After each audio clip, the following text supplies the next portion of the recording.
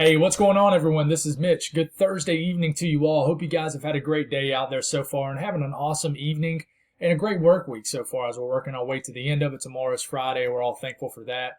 And then we'll roll into the last weekend of August. But I got you a pretty big update on the tropics tonight. Some changes have occurred, but basically we're here to give you the latest and greatest information. I'll provide my thoughts as we always do here. And I can tell you confidence slowly by each day that goes by is starting to increase that we're going to enter definitely a more active period, which isn't totally abnormal, guys. I mean, right now, I would say between now and maybe the third week of September is some of the most active times, climatology speaking, of hurricane season. So it's nothing abnormal, but it's been so quiet. And I think people probably have steadily put their guard down that, hey, we're really even going to have a hurricane season this year. Well, a lot of signs out there are pointing to an uptick that's coming, so we'll continue to break that down. We got three areas to mention: an area in the Caribbean, then there's two waves out there, one that's actually a wave right now, and one that's still coming off the coast, that's going to be coming off the coast of North Africa here in the coming days until we get into the weekend. So if you guys have not subscribed, always consider doing that. Like the video if you like it. It helps the video get out there. I'm looking forward to some future plans of making these videos and this setup much better for you guys and just a much more appealing setup. So I really appreciate the support by people just subscribing and watching my content. I got 17 incredible members that are joining my channel to help support what I do monthly. If you've ever considered doing that, I'm trying to get to 20 members by the end of September. It's a really big goal of mine. Hit me up on Twitter. Hit that Twitter link if you got a Twitter account. Facebook also. I'm active on there, but much more active on Twitter. It's a great way to follow along when we get into these much active periods. I mean, I'm pumping out updates constantly. For people who followed me on there during the winter time, you know it, that I'm constantly providing the updates. So definitely consider doing that. But if you guys got anything I can pray about, pray over, please put it in the comments below so I can pray over it and so others can do so too. So let's get rolling here. 2 p.m. update. Another update will probably come out in about 30 to 45 minutes. But if anything changes, it'll be this, more than likely. And this might get upgraded to a 30% chance. But really between now and probably through the entire weekend, I'm not expecting really any development from this. It's once it gets to about the central to the western part of what we call the main development region right here, once it gets into this area, that's when some models, especially a very reliable European model, is starting to show, and its ensembles certainly are showing an uptick in development with this. Now, there's a lot going on in the Caribbean. There's a lot of different solutions that the GFS is showing, and that's what we're going to talk about also, and then the European also. But this is what's going on in the entire Atlantic Basin. Believe it or not, this is actually that area of interest that's actually moved past the Lesser Antilles and is now in the Caribbean. But it doesn't look any better. It's still struggling. There's a little bit of dry air up here. But we're not expecting much development from this. There's a chance. But it could do something crazy or a little funky once it starts to get into the Western Caribbean. So, we'll talk about that. I'll give my opinions on it. And then we're looking out here. This is the actual tropical wave that is the area of interest that has a chance to develop in the next 5 days. This isn't. This looks like it. But this is actually, I think, could potentially help the actual area of interest. This isn't an actual area of interest. It just looks like it. Just is a healthy blow up of convection along the monsoon trough, it looks like. But this could help moisten the atmosphere ahead of this, and I'll talk about that also. So there's another wave that's going to come off the coast of North Africa later this weekend, and it looks like one of the biggest waves of the season, certainly, and going to have a chance to develop. But there's a little bit of questions on how north in latitude that wave's going to be. If it's too far north, then it's not going to make it. But anyways, let's take a look at the European. So moving forward here, there's a lot of things to look at one time. Your eyes, definitely just keep your eyes down here. So this is the first wave, the wave that's actually out there right now, the area of interest. This will continue. It might not do anything between this weekend. At the same time, you got an area right here that you can barely see. At the same time, you got that area, but I'm sorry, guys. It's hard to talk about two different areas. So let's just focus on this right here. And then this area we'll talk about here in a second. But look at this. This is that tropical wave. This is that first wave. Then here comes that third wave right here as we're getting into early next week. The first wave, as we're getting into about Tuesday, maybe Wednesday of next week, it almost looks like the European kind of wants to stall it out. Lack of steering currents, whatever it may be, but it really bogs down and doesn't do much movement from the central to eastern main development region. But right here, you got two, decent tropical waves, tropical depressions. The second wave looks a little stronger than the first, but it's kind of interesting what it eventually does as you get into around this time next week. It starts to strengthen as we're getting into the first couple days of September. Starts to strengthen that second wave, but it takes forever to cross this area right here of the tropical Atlantic. But, you go 240 hours out, you got a system that's flirting with tropical storm status. Now, you got a lot of green showing up in the Gulf of Mexico, too. I think there's going to be energy, even though the European's not showing it, flying around the Caribbean and the Gulf of Mexico. But we got to really see how legitimate is that potential. Because I really think if anything gets in the Gulf of Mexico, not so much the Caribbean, but really the Gulf of Mexico, it's just a ticking time bomb to go off. So this is the latest Euro, 10 days out. It's your Labor Day weekend, right in the middle of Labor Day weekend on your Sunday morning. You got 3 healthy-looking tropical waves or depressions or maybe even a storm showing off this. I swear it seems like Labor Day weekend's like tomorrow because it just seems like we've been talking about that time frame forever. But let's take a look at the GFS. What does the GFS show? Totally different. First off, here comes kind of that wave that's actually entering areas. In fact, you would argue that there's another vortex that's going to shoot off North Africa, and there is. And we'll zone in on this too. Let's talk about this first. So here it comes. The first wave is non-existent. The GFS chokes it out, dries it out, and it really tries to say, hey, the environmental background of the tropical Atlantic is not going to be supportive of this system. The latest operational GFS with the second wave, it's pretty decent, but in general, doesn't keep action out in the main development region through 10 days very active. The latest GFS doesn't want really anything to do with the MDR, really, any development. And I know if you're confused about me saying MDR, that stands for main development region, and I'm talking about this area of the Atlantic right here. But of course, your eyes are glued to this. So let's take a look. We're going to look at that. The latest European, here we go. Moving forward here in time. That vortex is here as we're getting into this weekend. You're not really seeing it. There's a little bit of a spin up. Here comes another little spin up right here that I think is something totally different. But what we really need to look at is the 850 vortices right here, because it's hard to see what's going on in the Euro because everything is so weak and it just looks like blobs of moisture. But there's a lot of energy, and I feel like there's going to be 2 pieces of energy here in the Caribbean, regardless of what the Euro says. But it takes some energy, plows into Central America, shows a lot of green and a lot of energy into the Gulf of Mexico. But let's take a look at the GFS. The GFS is easier to latch your eyes onto, but it's, of course, much more aggressive. So let's back the GFS up all the way up until about tomorrow afternoon. So at this point, this tropical wave is probably south of the Dominican Republic.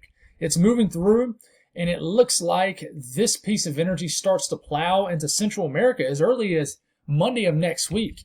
And then a separate piece of energy forms behind this wave. So the original wave that's an area of interest right now, it has something to do. It's kind of connected energy-wise with this little piece of energy that actually shoots off North Africa. But at the same time, it's 2 different systems. So that main first wave actually, and I know it's hard to see all this in the screen, but the first wave actually goes into Central America. There's a secondary vortex that forms, becomes the dominant vortex, and it starts to develop as we get into about 5 to 6 days out. Develops in the very, very warm waters just south of Cuba and the Caribbean.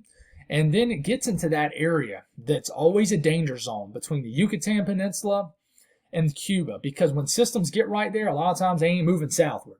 They're either moving, more so, they're either moving west, northwest, or either north, or maybe northeast. But a lot of times they're not moving any other direction. And what is in all those directions? The Gulf of Mexico. So once you get into Labor Day weekend, you have this huge piece of energy entering the Gulf of Mexico, and it's bombs away after that. You can get rapid intensification, and then you have a landfalling major hurricane at the Texas-Mexico border in about 11, 12 days. So I'm sure a lot of people along the Texas coast have been kind of, anxiety. I saw a post this morning, tripping out. Please don't. I mean, this is the GFS. and we flip back and we look at the Euro, 240 hours out, it just shows a bunch of tropical moisture. So it just goes to show you that, we can look at this all day, but it's hard to rely on the GFS being right. But one thing I can tell you, and I've been telling you the last several days, if any vortice gets into the Gulf of Mexico, I don't know what's going to stop it from at least somewhat developing into something. I really don't. But this is a great way to look at this. And, as I've grown with weather knowledge, I've learned to look at things outside of surface value, meaning just looking at the precipitation maps, right? So you're moving here in time. This is actually the first wave. This is that first vortice right here moving into Central America. This moves through. Some energy flies off as we're getting into around Monday evening next week, August 30th, the last Monday of the month. Some more energy flies off North Africa, gets into the middle of the Caribbean, shoots off. It almost yanks on this vortice right here. The Fujiwara effect, I believe is what you call it. I don't want to butch the name, but this is when vortmaxes can actually kind of pivot around each other. This actually kind of happens. In fact, it does. It yanks the other vortice from the other tropical wave back into it. It looks like it almost absorbs it, but it becomes one dominant vortice, and that is when this system goes bombs away in the Gulf of Mexico. So, do I think that's going to happen? No, I would have to say no.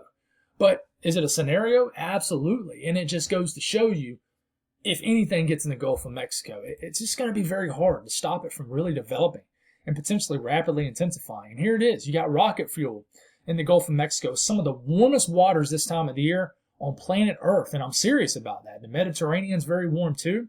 But the Caribbean, areas of the Caribbean, the Gulf of Mexico, some of the hottest waters on Earth, sea surface temperature-wise. And this is in Celsius, so 30 degrees Celsius. It's in the mid to upper 80s in certain areas. I think certain buoys out here, probably just chilling in the Gulf of Mexico, I bet you some of them are registering 9 degrees, especially in the waters in the western coastlines of Florida and south of Cuba in the Bahamas. So it's very warm. It is. And, we'll look at the European ensembles here, and this goes 180 hours out. It shows the little bit of the signal here, but it's not a very strong signal. Remember, the European ensemble here, the EPS, is out of 50 members. But I can tell you, the members off this, and I can zone in on it, but I've already counted them. There's about 35, 36 out of 50 members showing, and there's some strong members. And this only goes out to literally a week out. Strong signal coming up from that second wave too, and we'll go 10 days out just for the heck of it. And I mean, look at this. The waves that make it with that first wave, and we're not even talking about the Gulf of Mexico right here. The waves that do make it begin to intensify into the Southwest Atlantic. I mean, areas of north of the Caribbean islands, northeast of the Bahamas. You got some pretty intense members in here. So it just tells you that, hey, if this wave, which is this right here, survives, and if this can make it, I'm all over the place now, and if it can make it, into this area, then it can potentially be a strong system. But it also picks up on the Caribbean action. If anything can get into the Gulf of Mexico, it's certainly going to have an opportunity to strengthen. So we're watching this system. We're watching what happens in the Caribbean. We're watching this also because this is actually moistening up the atmosphere, and I think it's helping to create a better environment for overall what's probably a pretty bad environment for this system right here. And a lot of people's been talking about this little upper level low feature today too, but I just don't. If it develops, I wouldn't be surprised. We've seen crazier things happen. But it's definitely been an interesting feature on a satellite here over the last 48 hours. But, we'll watch to see if, and this is the European, we'll watch to see if this wave can create a moist bubble for itself and protect itself from all this intense dry air on top of it. And this is that first wave. The second wave comes off here. The second wave plows right into a bunch of dry air. But, it looks like this first wave, though it's being severely affected by dry air, it's maintaining. It looks like it's completely surrounded by dry air. It looks like both are beginning to get completely surrounded by dry air. So I wouldn't be surprised if there was a downtrend on what's going on with the MDR, but I wouldn't be surprised if there's not. That is a big question mark. Honestly, my confidence hasn't necessarily increased on trying. If I had to pick one out of three of these systems from forming, I couldn't even do it. It would just be, a ticket out the hat. It would just be too difficult. But I would say, if anything gets into the Gulf of Mexico, I know I've been said it about 5 or 6 times. We got to watch out for that. We really do. Another thing that I want to talk about, because I mean it's good news, is I've been talking a little bit, I would say, about for the last 5 or 6 days about a cold front around Labor Day weekend.